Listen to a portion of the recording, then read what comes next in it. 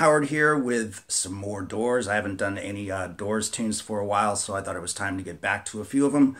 And this is Break On Through to the Other Side from their debut album. I think it's actually the first cut on the album.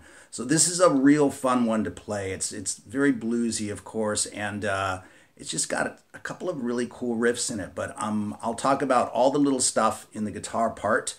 And then I'm also going to talk about the keyboard break in the middle because, as you know, if you've been watching my channel, I like to do a lot of keyboard stuff and get it on guitar, or at least a reasonable facsimile of it, and make it kind of fun to play if you want to cover it on guitar or if you don't happen to have a keyboard player in your back pocket. So let's get started with the very first riff of the tune. Now, as a note, I'm in standard tuning, and I've got just a little bit of distortion going, not a whole lot, okay? And I'm on the bridge pickup for a little bit brighter tone, and I've got some reverb on it for that cool 60s reverb, okay? So let's get into that opening riff. The first thing you want to do is strike the 6th string open. And you might want to mute a little bit back here so it doesn't bleed into the notes that follow. I know you can see the tab on the screen, but I'll go through it nice and slow. And I'm doing all of this with my first finger, except for this slide that we'll be doing from the 12th fret on the 6th string.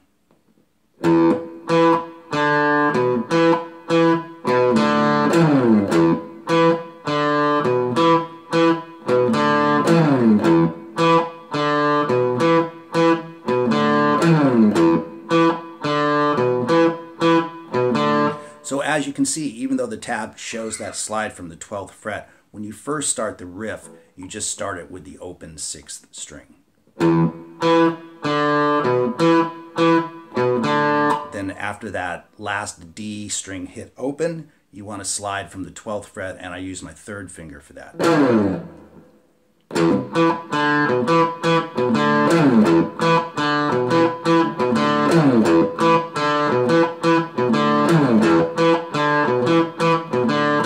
Now, before you go to the pre-chorus, which is just the D chord, you don't do the slide. You want to finish the riff by playing the 2nd fret on the D string. So the last time you play the riff before you go to that D chord, you'll want to play it like this.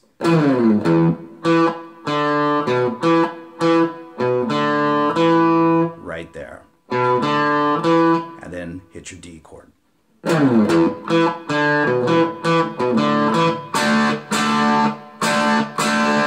So you're just smacking away on that D chord with downstrokes. And once again, that is the pre-chorus, and then we are in. And we've got this very cool rolling blues lick.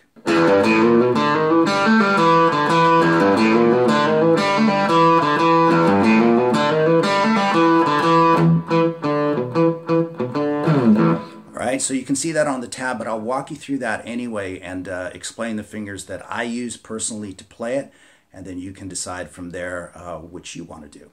So we have the open 6th string hammering up to the 3rd fret, and I use my ring finger for that. But feel free to use your 2nd finger if that's better for you, okay? Then on the next string we have a 3-note hammer on, open, 1st fret, 2nd fret. And you can see I'm using my first 2 fingers for that. Same thing on the next string.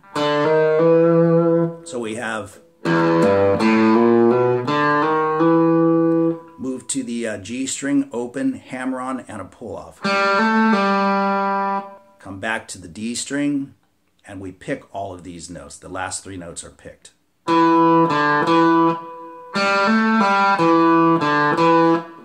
So the whole riff then is played like so.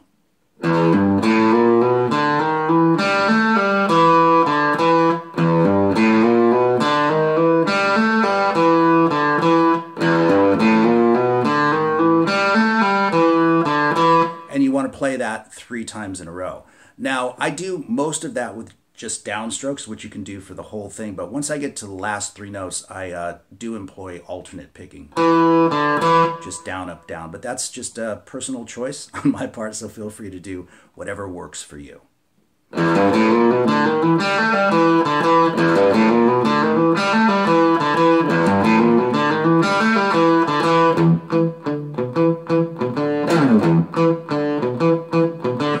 see after the riff that when I went back to the first riff, I did it the same way. You don't want to go straight for that slide. You just want to go for that open E string. And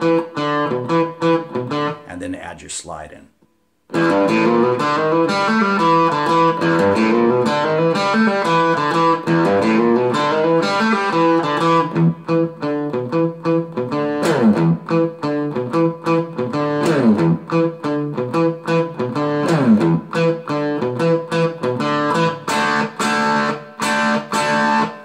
And so on and so forth. So let's talk about the arrangement a little bit. So what we do is we go back and we do all of that again, the first riff for the verse, and then the second rolling riff for the chorus. And then the keyboard solo starts, which I'll be talking about at the end of this lesson. We'll get through all the guitar stuff first, and then I'll talk about some fun stuff you can do with that, okay? So after the keyboard solo, Jim Morrison comes back in and we do another verse, and then we do a third chorus. And then the third chorus is where things change. You play the standard riff for the chorus 3 times in a row.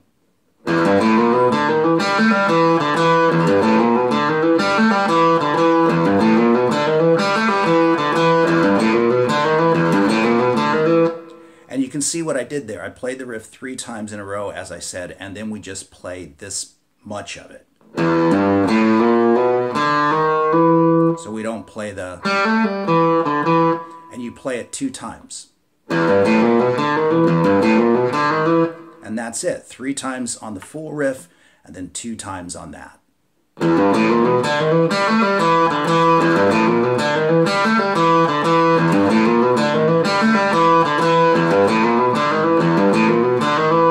And there you have it. And then he goes to the slamming E minor 7th chord, which is played like so.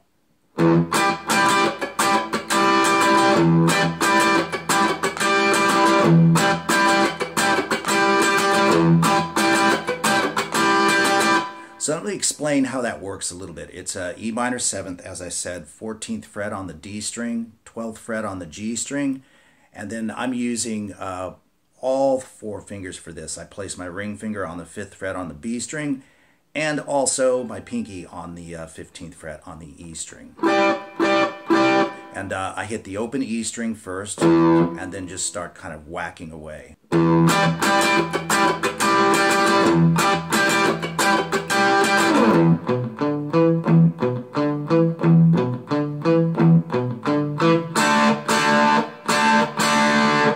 So you can see after funking away on the E minor 7th chord for a couple of rounds,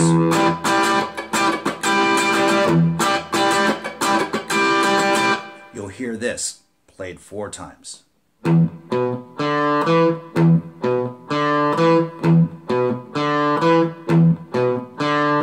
And that takes us to the pre-chorus again, the crashing D chord. And then we move into the 4th chorus of the song, okay? And it's very similar to what we've already done, but it's got a little bit more on the tail end of it. So we play the main riff 3 times, just like we always have.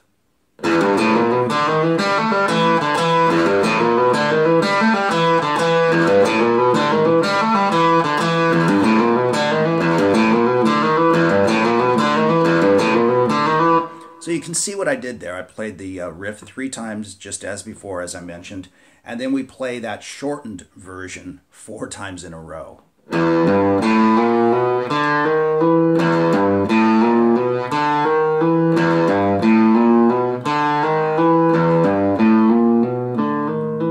And then we move into the tag, and this is a really cool part. These are just sort of these standard double stop bluesy bends. But the way he's laid them out next to Morrison's vocal, it almost sounds like a echo or a question and answer type thing. I always like that. It's really cool.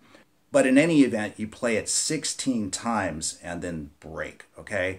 So if you haven't done this lick before, I'll explain how it's done. I've got my first finger on the 5th fret on the B string, and then my ring finger is on the 7th fret on the G string, and put your second finger right in front of your ring finger or behind it, depending on how you look at it. This note is stationary, but you bend the G string up and release it.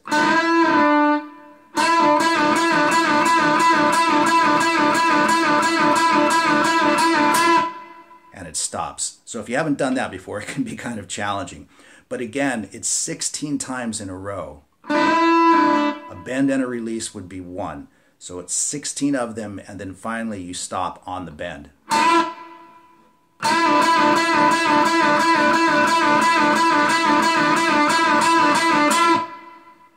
So there it is, the guitar part for Break On Through to the Other Side. And as promised, we'll talk about that keyboard part a little bit, because if you don't have a keyboard player or you just want to have fun kind of imitating it on guitar, it's a lot of fun to do, okay? So you'll want a clean tone for this, okay? Maybe just a little verb or whatever on it. And it involves some double stops. And again, this is just a reasonable facsimile, if you will, of the keyboard part. But we've got the beat going. 3, 4, 1, 2, 3, 4, 1, 2.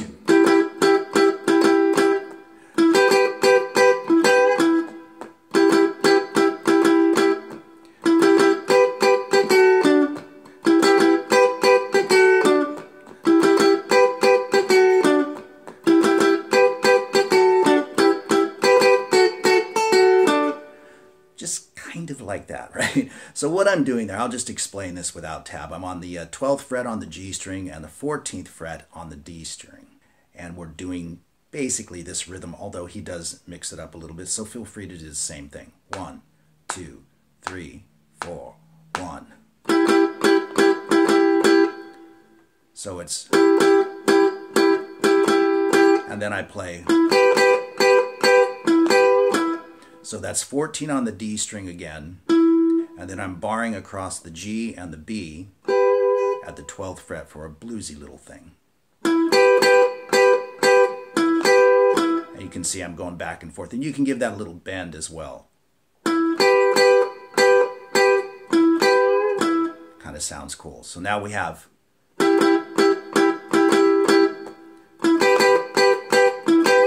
come back and do this again.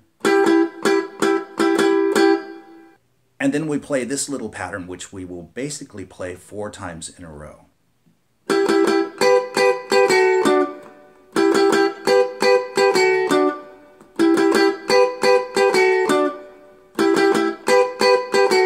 And again, the actual keyboard part varies the rhythm slightly, but you get the idea. So again, I'm on the 12th fret on the G string, 14th fret on the D string. 1, 2, 3.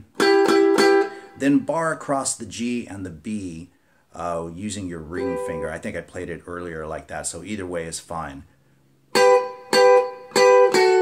So it's 1, 2, 3, and then 10th fret on the B string and 11th on the G string. And then add your ring finger in, so we have a full D triad at the 12th fret, and play the G string and the D string. And that's it.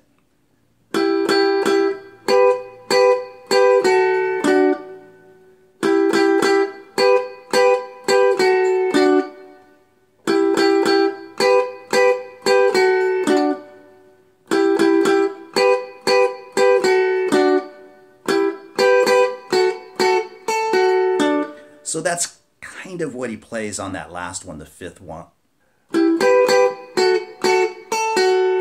So I hit the 12 and 14 one time, twice on the G and the B at the 12th fret, and twice on the 10 and the 11 on the B and the G string, and then just walk through the triad with the ring finger in there as well. Kind of sounds like it a little bit, okay? So anyway, there you go with Break On Through to the Other Side, including a little bit of the keyboard that you can toss in there if you want to. I hope you guys enjoyed the lesson, and as always, all the best to everyone.